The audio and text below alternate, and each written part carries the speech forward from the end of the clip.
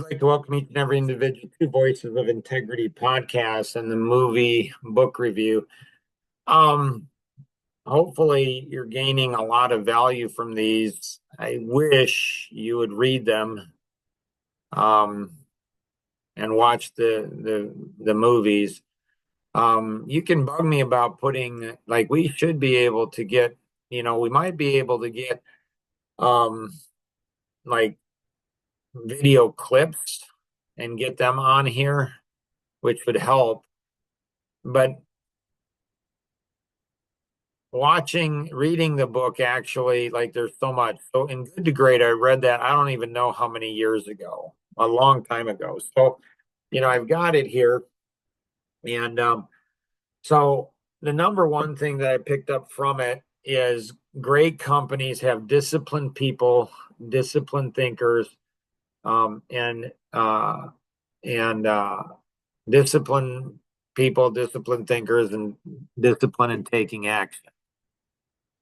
And but there's a lot of other things in here too. And so, here I've got things written. So when I don't really like to read, I just don't.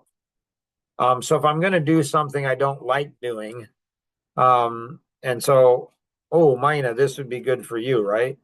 And so, so here I go in here and I have all these notes. And so if I'm gonna do something I don't like doing, then I'm going to definitely get more value. So I get more value from reading than people who enjoy reading because they enjoy it. They do it for, I don't know, relaxation or something. And so it talks about in here, it talks about the five levels of leadership. And so you have a highly capable individual, then you have a contributing team member, and then a competent manager, and an effective leader, and then a level 5 executive. And so it talks about that in here. It talks about the buildup and the breakthrough. And then first who, then what.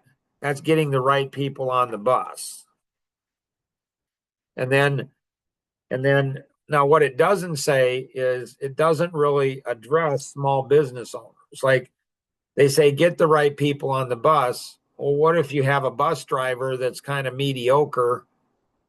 You don't want to be driving the bus yourself. And so big companies can get 3 bus drivers and they just let go of the weak ones, where small companies, you often have to deal with people that are not, they're not the best. So you got to develop a lot of people and then confront the brutal facts. So discipline people. You have level 5 leadership, and then first who, then what. Discipline people. Under disciplined thinkers, you have confront the brutal facts, and then the hedgehog principle. And then on discipline and taking action, you have a culture of discipline, and then technology accelerators. And so, in this book, and so, yeah, I didn't. Oh, this was in 2003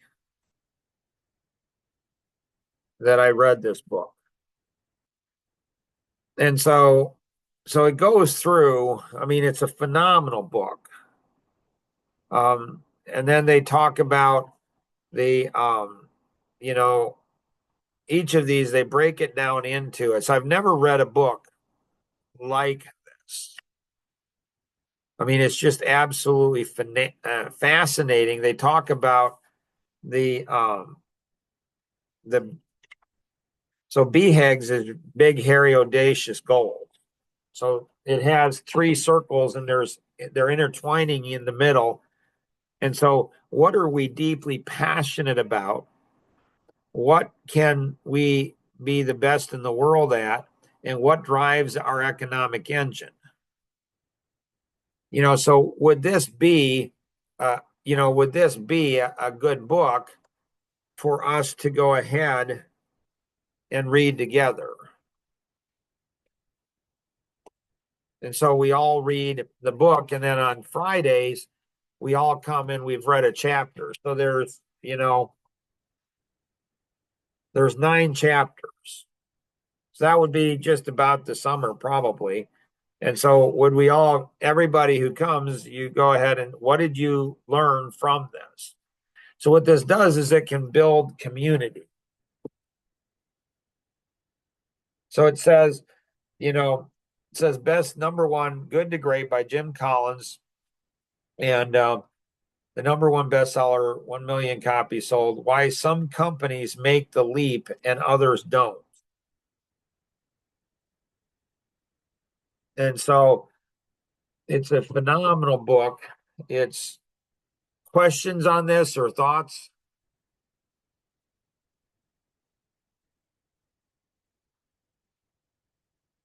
I think it's Were you when you were going through that, there's a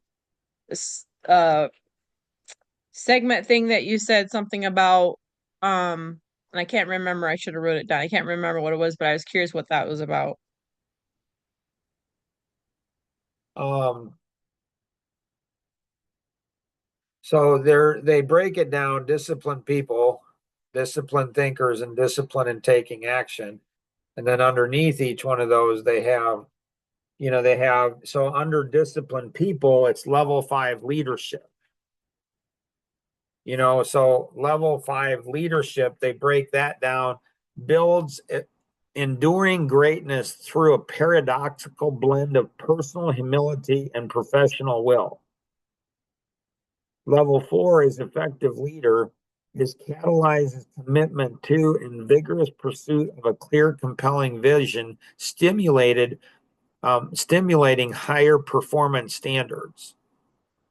And then level 3 is a competent manager.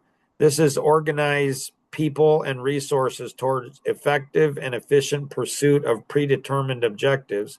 Level 2 is going to be a contributing team member, contributes individual capability to achievement of goal objectives and work effectively with others in a group setting. And then level 1 is highly capable individual, makes productive contributions through talent, knowledge, skill, and good work ethic, good work habits. And so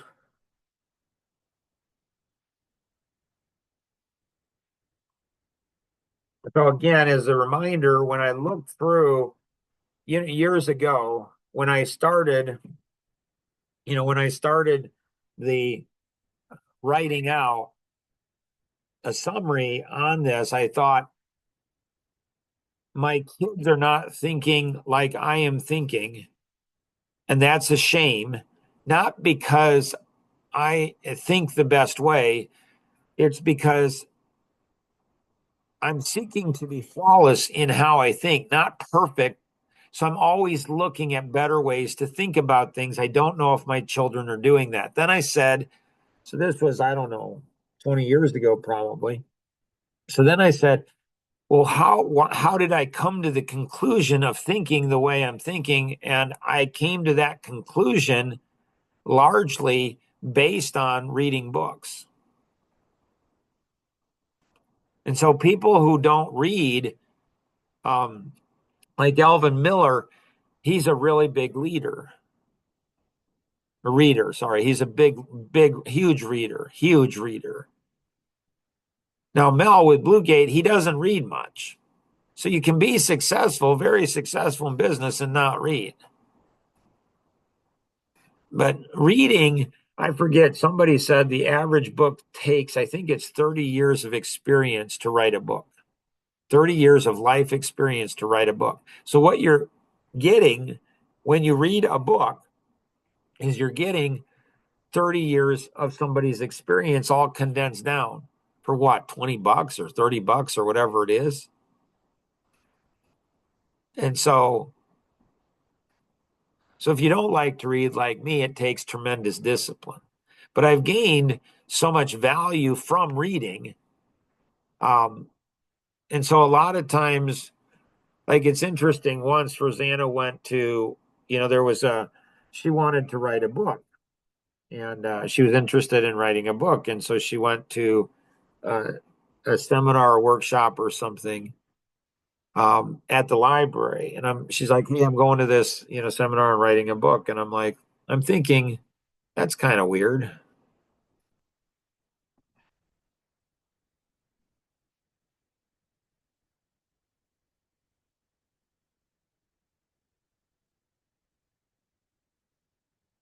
What's weird Why is about that? it? You guys are not the quickest, people on the planet. I'll tell you that. She's got a husband that wrote at that time over 10 books. Like, why would she go? It makes no sense. Like, it makes no sense. Like, it makes no sense why she would go to a seminar. Why doesn't she just ask her husband? And why doesn't she just co-author a book with her husband? Like, it made no sense. It's like, it makes no sense. I don't understand it. But,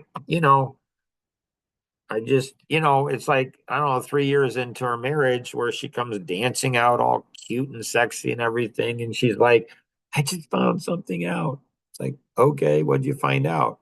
She tells me, and I'm like, from reading a book. And I just kind of cock my head. I don't say anything. I just cock my head. And I'm like, and she's like, I know, I know, I know. You've been trying to tell me that for 5 years, but I had to read it in a book. And it's like, that makes no sense. And so, you know, questions.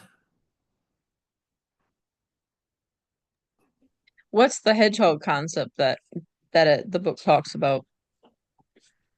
So the hedgehog is it's simplicity within the three circles. So it gives obviously better, it's been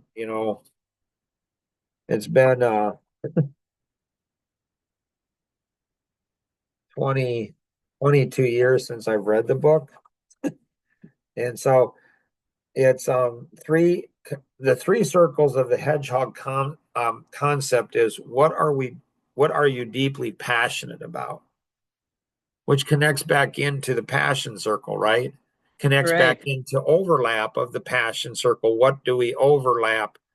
You know, so it's probably pretty clear to everyone I am not passionate about flowers. Uh-huh. But yet we put a lot of money into flowers, and Rosanna puts a lot of time into flowers, and there's other people. It's like, so why do I do that? Benefits Rosanna or the Okay. property when you have events. Okay. Why does it benefit?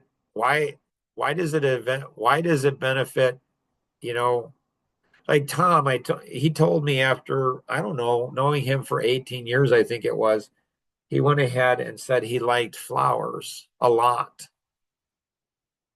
So if somebody invited, like if somebody took pictures of flowers, Tom Coons might come out to our event just based on the flowers.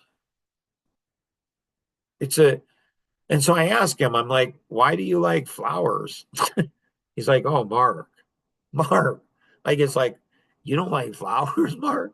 Nope, really don't. He's like, the intricacy of them, that everyone's different. It's so, like, I'm like, wow. So the flowers, yeah, don't go for them. Like, yep, okay, don't. But I do love seeing people excited. I do love people being in awe. I do love people admiring beauty. I do love beauty. And so I don't love the flowers themselves. I don't love flowers themselves, but I love what flowers do to people that love flowers. Nobody's ever shared with you or sat down with you and watched a flower slowly open up. Yeah, nah, probably. I'll just watch it on a video and it'll happen a lot faster. But it loses it loses the whole the whole Oh, it really doesn't. No, it really doesn't. I mean, no, like it really doesn't. So I think, I don't know, probably I've seen something ish, so it's like, yeah. So, um, So, so like try to be as excited about, the 530 grid and other things I'm excited about. At least see like I can appreciate, but I don't have to sit there with you and what, what's it going to do? It's going to open up. Okay. There I, are some flowers though that open up fast. Did you know that? I did. And Like, if you put them on a video, they'll open up even faster. Like it's just There's now, some that open up only at night. right. yes. There's some flowers that like eat flies, True that. right? And so like with my grandkids, like the wonder of children, the wonderment of children, like I would go ahead and watch a flower open up with one of my grandchildren for sure in a heartbeat. Grandpa, you want to watch this flower? Oh, yeah. I'll sit there. Oh, my goodness. Because there's an object lesson there. There's something like they would remember that. And so, so what are you passionate about? That's one of the three circles, intertwining circles.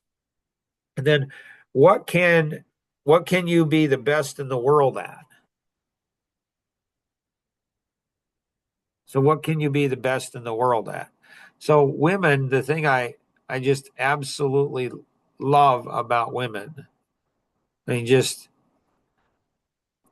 it's they love seeing passion. It's just interesting.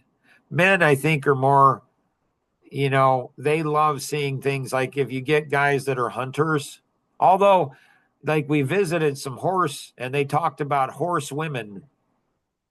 And it's like, so are horse women different than other women? And all the men looked at me and laughed. I'm like, got it. Okay. Yep. Or, yepper. And I said, so how are they different than, and one guy, he kind of cocks his head and they have their way of doing things. Oh, you mean pretty much like anything. So men like to see things they're passionate about, like guns or cars or trucks or whatever, and they like to be around. But women just love passion. They just, so when they see a little boy do something, they love to see him do it with passion. Women just love, like, I really recognize that when, I'm going to the, basketball and there's this young, attractive, woman, she's a young wife and mother, and she's got a 2-year old and he's jumping up and down. She's holding on to him like with dear life. So he doesn't run out and get hit by a car. And he just jumps straight up, Mommy, blue car. And she just got so excited. She's like, it is a blue car. And so women will tend to go ahead, like we watched in the previous podcast about the crazy dancing man and how the women, they didn't go out there and dance. It was all the men until there was enough momentum. Then all of a sudden the women, and when the women, start to dance, then it's just cool. Then there's all of a sudden, but the men are doing it without the women because women they don't like to take risk. They're more sensitive to looking stupid than men are. And so what can you be the very best in the world at? So when Ralph Miller, one of my mentors, said to me, he says, you have a very unique gift.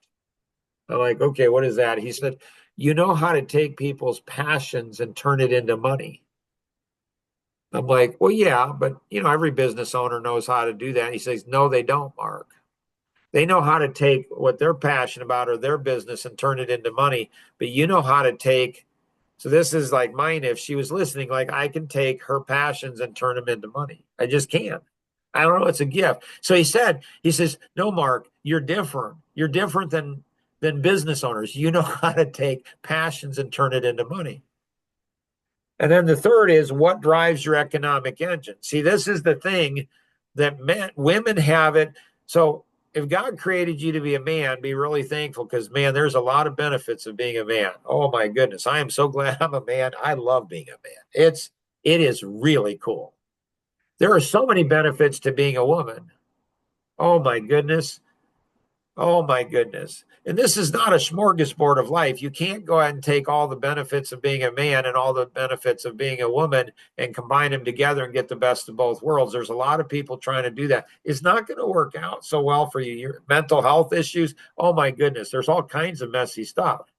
So you got to take the benefits and the downsides of being a man. There's some downsides of being a man. There just are, and it's okay. There's no whining. It's just there. There are some downsides of being a woman. No whining. It just are. It just are. And so in being a man, like you learn at a very young age, if the work needs to be done, you just do it. So, I play pickleball a lot, and it's during the day when most people are working for a living. And who's out there? Mostly women. And so when I go play basketball in the middle of the day, who's out at the gyms in the middle of the day? It's mostly women.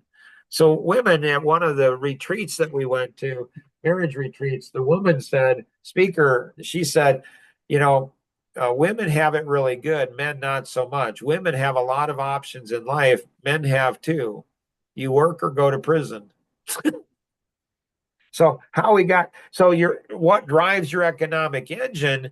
What drives your economic engine? You combine that's the hedgehog. And so it's combining those three things.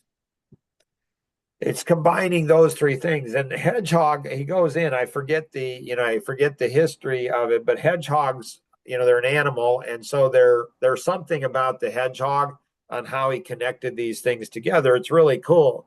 And so it's about, how do you do now? Jonathan, our oldest son, his birthday was this last week. He would have been 35 if he was still alive. He said, Dad, the thing that's weird is when my hobbies, when I turn them into money, I don't enjoy them anymore. Very profound. But there's a way to do that. He actually discovered that.